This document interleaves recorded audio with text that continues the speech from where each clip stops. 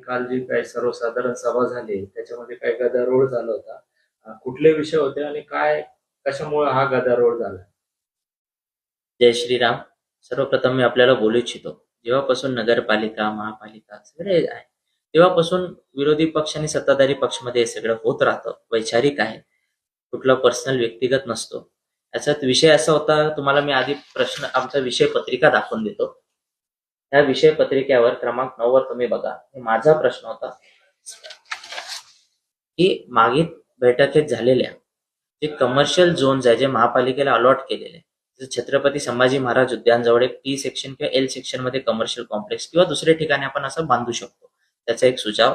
त्यासोबतच माझा प्रश्न होता, श्री महात्मा फुले मार्केट एवं सिंधी बाजार ह्याचं परत आपल्याला डेव्हलपमेंट करायचं आहे. त्यासोबतच जे जुने जे दुकानदार होते त्यांना कुठल्याही प्रकारचं नुकसान नाही झालं पाहिजे आणि त्यांना कुठल्या पद्धतीने आपण प्रायोरिटी देऊ शकतो का, किंवा त्यांना आपण काही बेनिफिट्स देऊ शकतो का, या गोष्टीवर आमची चर्चा चालत होती. आता विषय माझा आहे, प्रश्न माझा आहे, तर निश्चितच मी उठून संबंधित अधिकाऱ्यांनी मला ते सांगितलं. आणि जेव्हापर्यंत माझं पूर्ण कंप्लीट होत नाही, जेव्हापर्यंत मी खाली बसत नाही, दुसरा कोणी त्याच्यात येऊन डायरेक्ट इंटरफेअर नाही करू शकत. तर ठीक आहे, नवीन आहे, नवनिर्वाचित आहे, तर तिकडून दुर्गेश भैयानी काही सांगितलं त्यांचा विषय, ठीक आहे, काय हरकत नाही. त्याला तुरंत महावीर भैयाने उत्तर दिलं की बाजार कोणी पाडला त्याचा तुम्ही एक उल्लेख, कारण कोण बसलेला होता खुर्चीवर बाजार पाडताना. त्यानंतर रमेश मामांनी उत्तर दिलं की जे स्ट्रक्चरल ऑडिट आहे हे यायच्या अगोदरच कसं पाडून दिलं आणि कोणाचे कार्यकाळात. त्यानंतर मी परत बोललो की बघा, आपला विषय जे आहे आता आपल्याला भविष्यात काय करायचं त्याच्यावर आपण बोलू. आणि फुले मार्केटमध्ये सर्वात जास्त जे सफर झालेले त्याच्यातून एक आज आमच्यासोबत सभासद आहे, सन्मान्य गेई साहेब. वय पण त्यांचं खूप जास्त आहे, त्यांनी व्यापारींचं आणि सिंधी समाजाचं प्रतिनिधित्व करतात. मग मी बोललो की इमोशन जेव्हा सर्वात जास्त कोणाचं असेल या सभागृह तर त्यांचा आहे. तर माझ्या प्रश्नात त्यांना एक उपप्रश्न विचारायचा आहे, त्या महापौर मॅडमच्या अनुमतीने त्यांना ते विचारून द्यावं. त्यानंतर परत मी माझ्या टॉपिकवर आणखी बोलणार आहे असं मी बोललो. गेई साहेब उठले, गेई साहेब जसंच बोलायला गेले की तिकडून लगेच बगर महापौर मॅडमची परवानगी न घेता आणि डायरेक्ट कोणाचे पण प्रश्न उपप्रश्नामध्ये घुसायचा प्रयत्न केला गेला. त्यांचा व्यापारीचा जे एक आवाज होता ते दाबण्यात आला, ते चुकीचं आहे आणि त्यांचे आरेला मग करावाच लागतो.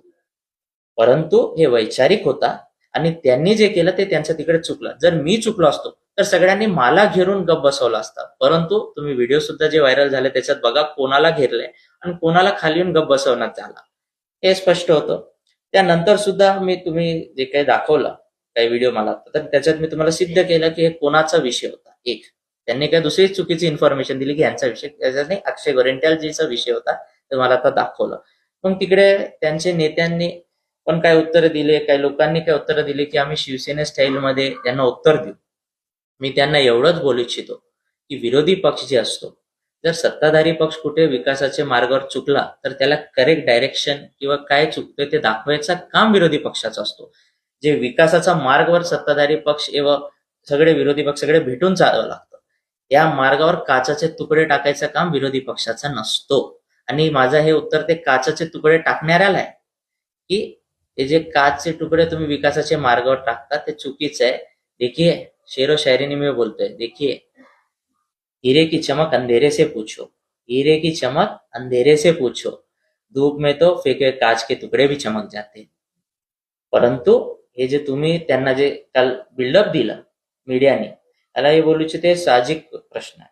त्यानंतर आणखी एक गोष्ट तुम्हाला बोलू इच्छितो, त्यांनी जे उत्तर दिलं ना शिवसेनेच्या स्टाईलने आम्ही उत्तर दिलं, हे दिलं ते दिलं, त्याला एक उत्तर मी देतो की बघा, आम्ही पण 40 वर्षापासून एक गोरेंट्यालच्या विकासाच्या मार्गाने आम्ही उत्तर देत आहे. हे जे विकासाच्या मार्गावर काचेचे तुकडे जे फेकले जातात ना, याला झाडून फेकून त्यावर सिमेंट कॉन्क्रीट रोड अंडरग्राऊंड नाली सोबत बांधून आम्ही ते विकासाचे कामाने करून दाखवणार. आजपर्यंत करत आहे आणि भविष्यात पण करणार.